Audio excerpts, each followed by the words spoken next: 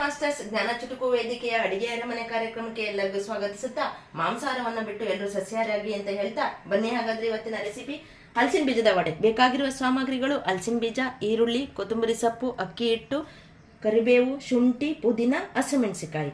ಈ ಹಲಸಿನ ಬೀಜವನ್ನ ಕುಕ್ಕರಲ್ಲಿ ಹಾಕಿ ನೀರನ್ನು ಹಾಕಿ ಬೇಯಿಸ್ಕೋಬೇಕು. ನಾವು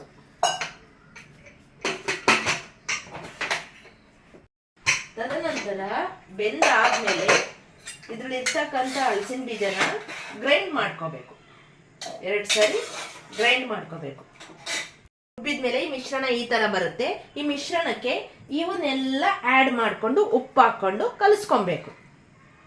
ಮಿಶ್ರಣವನ್ನ ಎಣ್ಣೆಯಲ್ಲಿ ಕರಿಬೇಕು. ಈ ತರ ಸಣ್ಣ ಸಣ್ಣ ಗೋಲ್ ಗೋಲಾಗಿ ಮಾಡಿ ಎಣ್ಣೆಯಲ್ಲಿ ಬಿಡಬೇಕು.